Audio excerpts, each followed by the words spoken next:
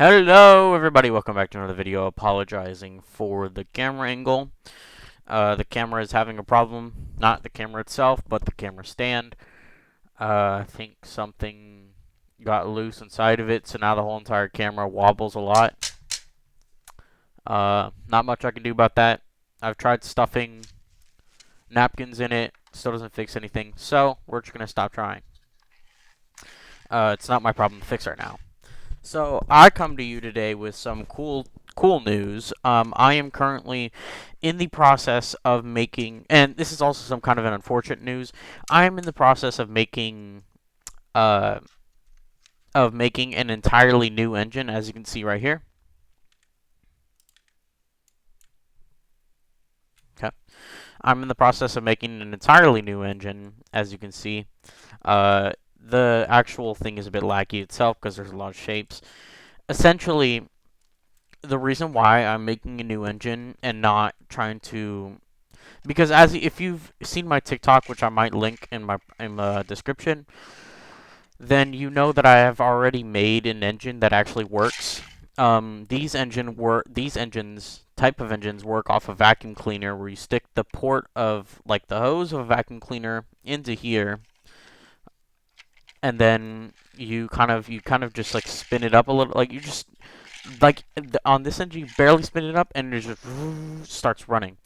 Essentially, the basic principle of these engines compared to regular engines is these engines don't have they don't have like more of a cycle. They have cycles like this engine. Honestly, it's just like a two cycle, if you can call it that, a two cycle. I think. I don't know. Basically, essentially on these engines, the power stroke happens. Essentially, sorry. Let me reiterate. These engines work off the basic suction force of a vacuum. Essentially, the port nozzle goes right here, and then controlling the timing of the engine is this little wall right here. And essentially, this wall will move with the engine. And if you time it correctly, then you can actually get it so that the piston goes up whenever the wall is up. The piston goes down all the way. You can time it correctly. Yeah. And that's basically how these engines works. They're very simple. However, what I did for my first attempt at this engine, well, okay, first attempt is generous because it was more like my third, because technically this is a version 3 of itself. Mainly because I tried three different, well, not really three different, but like two different types of cam systems. And I did that 3 times. The first type was going to be literally just a singular cam lobe. So, if I do explain a cam lobe, and this is just for generally for anybody, imagine this as a camshaft. Camshafts control the timing. In this engine, there is not really a camshaft because the camshaft is connected to the crankshaft. The crankshaft is going to be this little, these little. Let me see if I can get it correctly. Actually, while I'm speaking to y'all, I'm going to make myself bigger. There we go. Okay. So, essentially, the crankshaft is going to be, sorry, it's kind of hard to do this. It's essentially going to be this guy and this guy with, well, that's easier to tell. If I take off the flywheel, you can see it a bit better. The crankshaft is kind of this long piece that goes through. The piston is actually connected using this little bottom cap and this little top cap right here. Not sort of top cap, that's called a connecting rod. But essentially, the crankshaft on this engine is connected directly to the camshaft, so there is no play because the crankshaft is the camshaft. On my older engine, what I had initially planned to do was I had the crankshaft connect up to a timing gear, and that timing gear would kind of go upwards to up here, where it would connect to another timing gear using a belt. And that belt would spin the camshaft, which would sit at the very top of here, and that camshaft would have a lobe on it. A lobe is basically just like an offset circle. So then you can imagine a lobe as imagine it like this. This was connected. It would have been connected something like this, where it would spin. This is a very exaggerated, but basically like that, where it would spin. You can't really see what I'm doing, but it would spin, and this would kind of do something like this, right? What that was connected to, that was connected to like a wall, and the wall was originally what this purpose is now, where it would block off the air coming into the engine from here. Whole lot of issues there. First of all, that cam lobe was separately created from the camshaft, so even though I had it like to where it was very tightened down, it would still slip. And the wall itself, the springs were too strong for the wall, but it was also too like loose. Too loose. Sorry. It was like my desk was vibrating for a second. I'm like, dude, what? And it's not my phone. Even though my phone's on like 0%. I'm gonna go ahead and plug it in. Anyways, I know that there was a problem with the wall being too loose and too the springs for the wall, because essentially the wall was like a wall like that, and then it would have these little posts on either side, and those would sit inside of a spring, and those springs would kind of facilitate it going up and down. I know that the wall was too strong and too weak at the same time, so that's why that design never really worked. Let's see if this works. Bing! Alright, plugged in our phone. So, that design was scrapped as, I mean, I put it into practice and I tried it, it never really worked. Also, the other issue was the belt itself. The belt, I didn't have like an actual like toothed belt, so like a belt that has like those little notches on it like a gear would.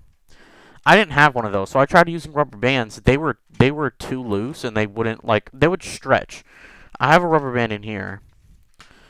Basically, what would happen is I had it like that, but then what would happen is as the engine spun, it would just do this. It wouldn't actually like rotate it.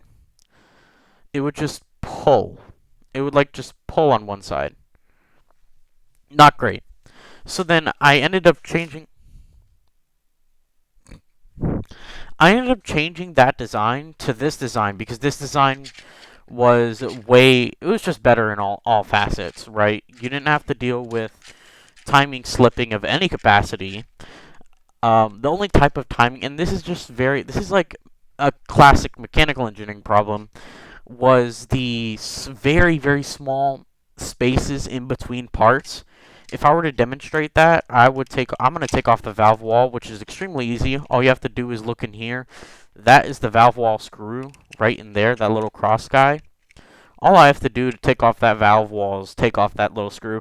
Now, it might be a question of like, oh, how does that screw not affect the actual like smoothness of it? Well, it's built so that the very front of it, this is called a countersunk or countersink type of head on the screw. Do you see how it's kind of like at the bottom it's wider than at the kind of top part of it right there? That's called a countersink. But essentially the wall's still in there. Essentially what happens is there isn't like a stopping point. You can just see like how you kind of see. Let's see if this works.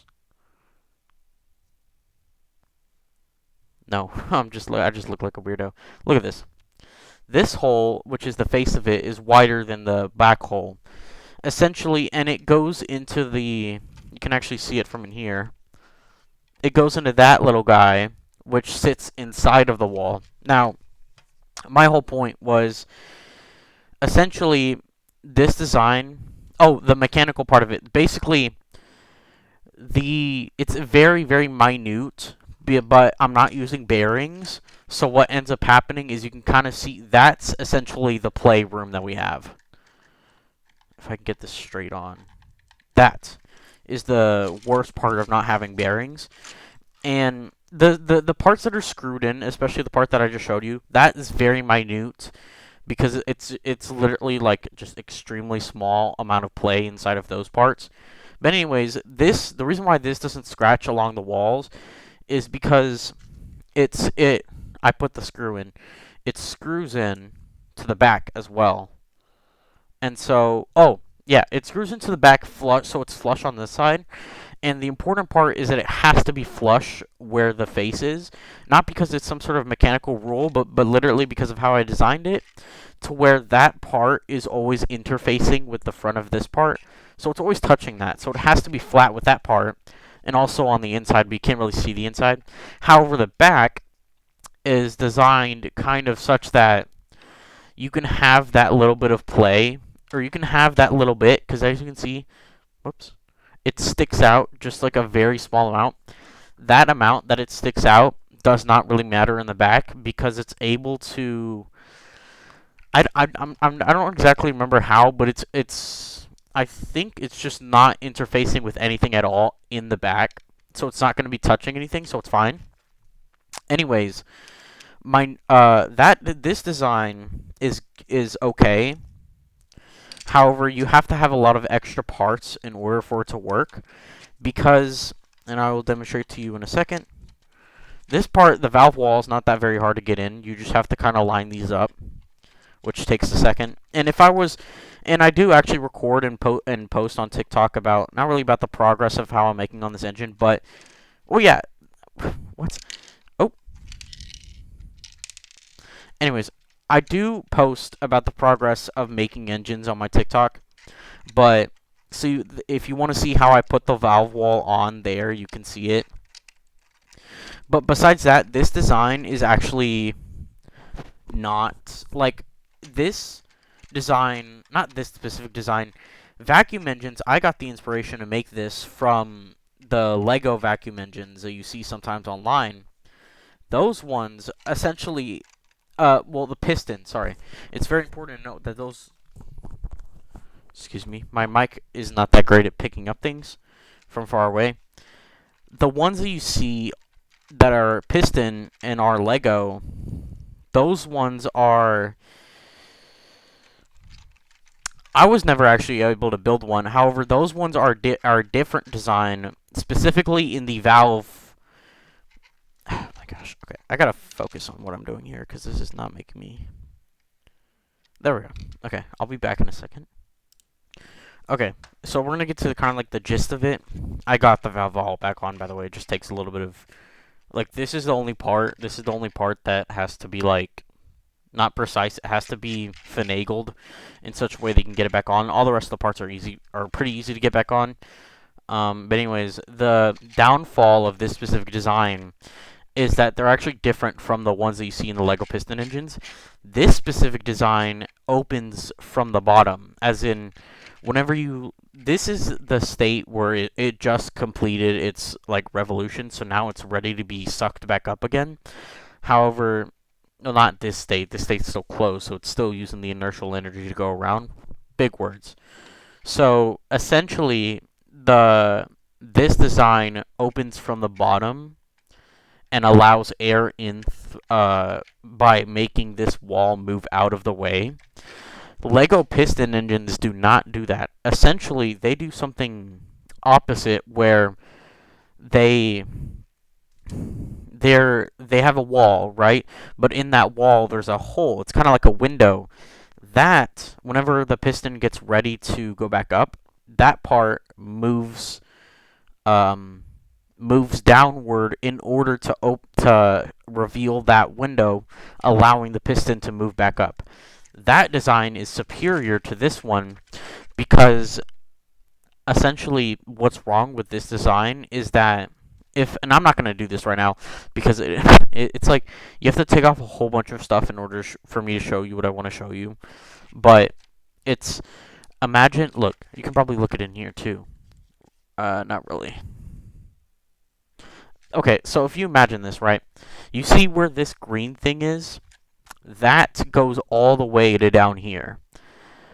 And if you see, this head is separate from these things. That green thing, essentially, there's like a slit right here. There's a slit right here in the design to let that green thing come all the way up. that slit is actually big enough, and I tried to make it much smaller in order to fix this. That slit was actually big enough to where whenever the engine was open, it would let just that little bit too much air in to where it wouldn't pull the piston up like at all. Now, in theory, could that be and the reason why that's bad is because you just lose vacuum. So then what I ended up having to do was create these two vacuum. I don't know why I keep looking over here. You know what would be easier if I looked over here so I look cool? You know what I mean? I'm looking at the screen to make sure I'm pointing at the correct thing, by the way. These actually these are kind of like a vacuum chamber. So instead of the air just getting pulled in from the environment, now the air has a it's like not exactly, there's not enough room in here for, this is closed off from the outside environment. It cannot, the air will no longer get like seeped through a large hole in here. It'll just come in here, which can come through this little slit, but essentially most of that air is now redirected into the piston. Oh, okay. Anyways, the design that most Lego piston engines use, I've already told you about, they don't need this because the air never has that opportunity. This one has the opportunity because we opened from the bottom, which means that down there, not that white thing, that's where the piston is, but it's like right directly below the green thing. That this design gives their air the opportunity to do that. On Lego piston engines, they don't get the opportunity to do that at all. Oh, okay. I was like, am I recording the thing? No, I'm looking at the recording. So, that's why I'm making a V2. Now, as for why I'm not modifying this specific design, it's a few reasons. For one, there's a few parts in the original design for this thing that are bad, as in the software kind of did something to where it tweaked those parts just like so slightly that I can no longer edit them because like they're angled at like a little tiny angle that's like technically incorrect and like shouldn't have happened, to where like it would no longer be reasonable to edit those parts because then they would just be like completely wrong. And some of the parts are actually not up to date because what I did was I would update parts but then not undo them if they didn't work. So there's a bunch of parts in here that just don't, like, are not the parts that are used in here. And that's why I'm making a whole entire new engine design. Because essentially, if I can make a better engine rather than just modifying an existing one, that would be great. Now, as for what I've actually done so far, is I'm still making the design. However, I've went ahead and printed just to see how big things are, because sometimes things can get really small. This was an example of it. But I've went ahead and made the new piston design. As you can see, actually, you know what you can do? If you take this, take out the bottom, I forget what they call it. It's like the end rod cap or something. If you take out the end rod cap that holds in the piston, which is these two screws right here. Youch. That hurt. So I'm just going to take them out. Also, in this engine, depending on how you print your parts, it is very imperative that you know that like just like a real engine, orientation of parts does matter, as well as where they go and where screws have gone. That is very important because for my specific design, this crankshaft had actually printed to where some of the parts had like impurities on them, and that made it to where now whenever I have to put on my parts, they have to be put on the correct way or else the engine will seize up. It's a good thing I don't have to spend like an hour and then figure that out. It's only like maybe like 2 minutes. Anyways, so I wonder if I should, I think I'm gonna do that. I'm gonna put the cap back on, which as we see now we have the actual thing. And as you just saw, the size difference between the size difference is astronomical, right? There we go. This is the size difference between the new piston and the old piston. I don't really have a good way of showing this without showing my entire hand. Look at that. It's kind of, there we go. That is the size difference. Now, this isn't inherently smaller. This is actually, like, the face of this is bigger than the face of this. You can't really tell, but it is bigger. However, the only real difference is that the conrod is, like, I think it's like 20 millimeters shorter. So it's a lot shorter, as you can already tell. The conrod is just basically that long thing right here. That is a lot shorter. And I believe this is actually bigger. It's a bigger hole. And so the parts are bigger, except this is just smaller. It's going to have an extremely small crank radius, which is basically, not crank radius, I think it's crank throw, which is essentially, it's going to be half of this, by the way, which is essentially just how big this is. So this has like I think it's a 20 millimeter throw. So basically what that means is that itself right there is 20 millimeters. So it goes 20 millimeters up, 20 millimeters down. So it's like 20, 20, 20, 20 millimeters. Essentially, that's what that is. This has a 10 millimeter. I haven't printed the crankshaft yet, but it has a 10 millimeter throw. So it's going to be an extremely short duration engine. At least the stroke is. And all I've really gotten is this piece printed off. Oh, no, I already, I was like,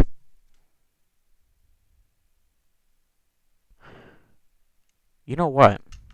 No, I don't think that's possible. I was just wondering if, because in theory, I can switch out this crank for the new one and see how the engine runs in that retrospect. And it's not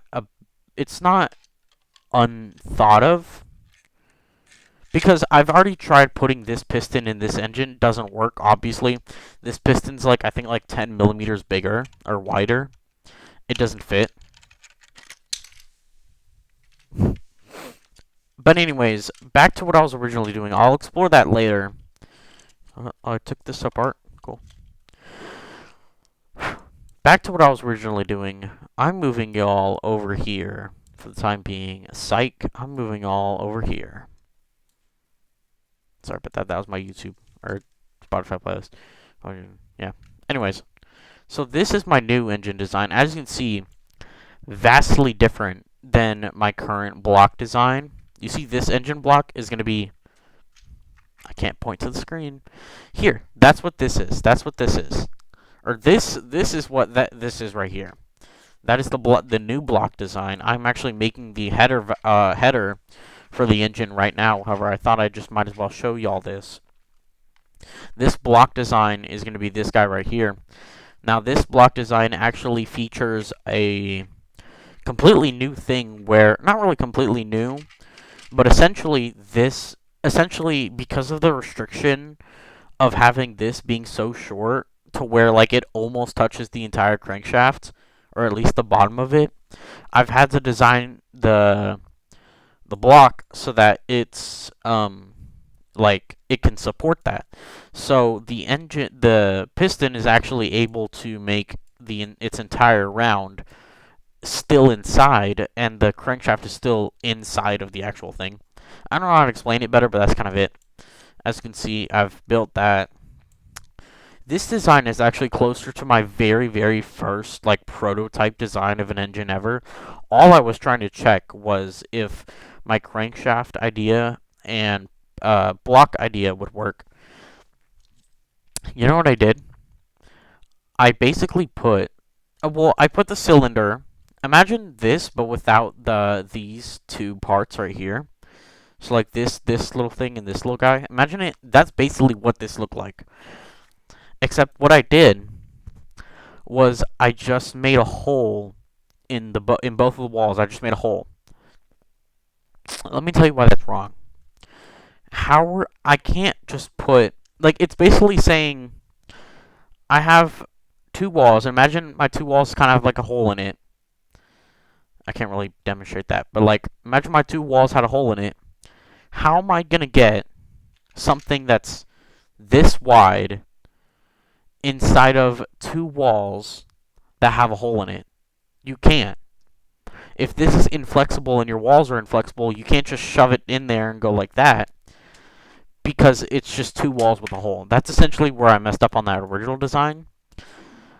Anyways, I've come far away from the design. I think I'm a bit better. Here's what we have right now. I just wanted to update y'all on this. I might update y'all in the future. I probably will. I'm sorry if this video's been pretty informal. This is just what I've been doing a bit, and I was just pretty excited to show y'all what I've been working on as of lately because I got kind of like re-inspired by what I've been doing.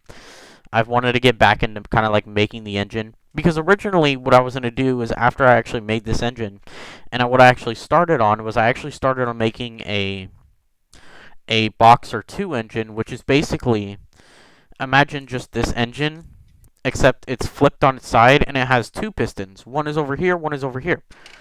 Practical. Excuse me. If I were to show you that Boxer 2, there we go.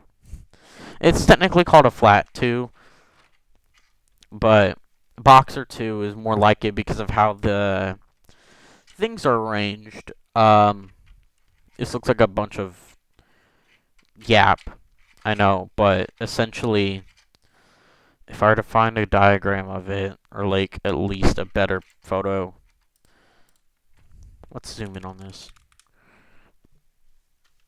That looks bad. But essentially, this is a piston right here. Like, ignore this orange part. And this is a Boxer 4 because there's 4 pistons. Piston, piston, piston, and piston.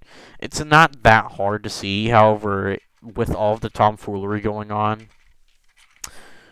I think it's in a box somewhere, but I literally have this engine, like, almost completely made as, like, a whole entire thing. But anyways, imagine this, but without these two back here. I was going to make a Boxer 2. That ended up falling through because I didn't make the design using, like, based off of screws. You always want to make the design with your hardware in mind, and if you don't do that, things end up being, like, 0.5 millimeter big. That is smaller than the tip of this dude, of the flat-headed screwdriver. Anyways, I thought I'd just update y'all. I'm gonna go ahead and get back to working on this. I'm gonna post this on YouTube. You know why I'm posting this on YouTube? I'm kidding. You know why I'm posting this on YouTube is because my brother, he said you should like put your projects out there, and I'm like, okay. I've been doing that on TikTok because it's a much more available platform. People are gonna watch the things that I put on TikTok. They're not gonna watch the things I put on YouTube because YouTube, the standard of content is a lot higher than it is on TikTok. So nobody's gonna watch this, and I know nobody's gonna watch this. And if you have, then thank you. But I mean, this is just basically me just putting it on YouTube just for the fun of it, along with the other stuff on my channel. As you've seen on my channel, I've done programming, I've done chemistry, I've showed y'all some of my engineering things. I've also played games. That 10-hour gameplay video. By the way, and this is really quick side note, I'm gonna make this below 30 minutes. That 10-hour gameplay is not me continuously playing the game for 10 hours. It was more like me over the spring break playing a game for about like an hour a day. And I know the part that technically has the lowest amount of time recorded was 30 minutes, and it's that wind part because it was making me so mad. Anyways, bye!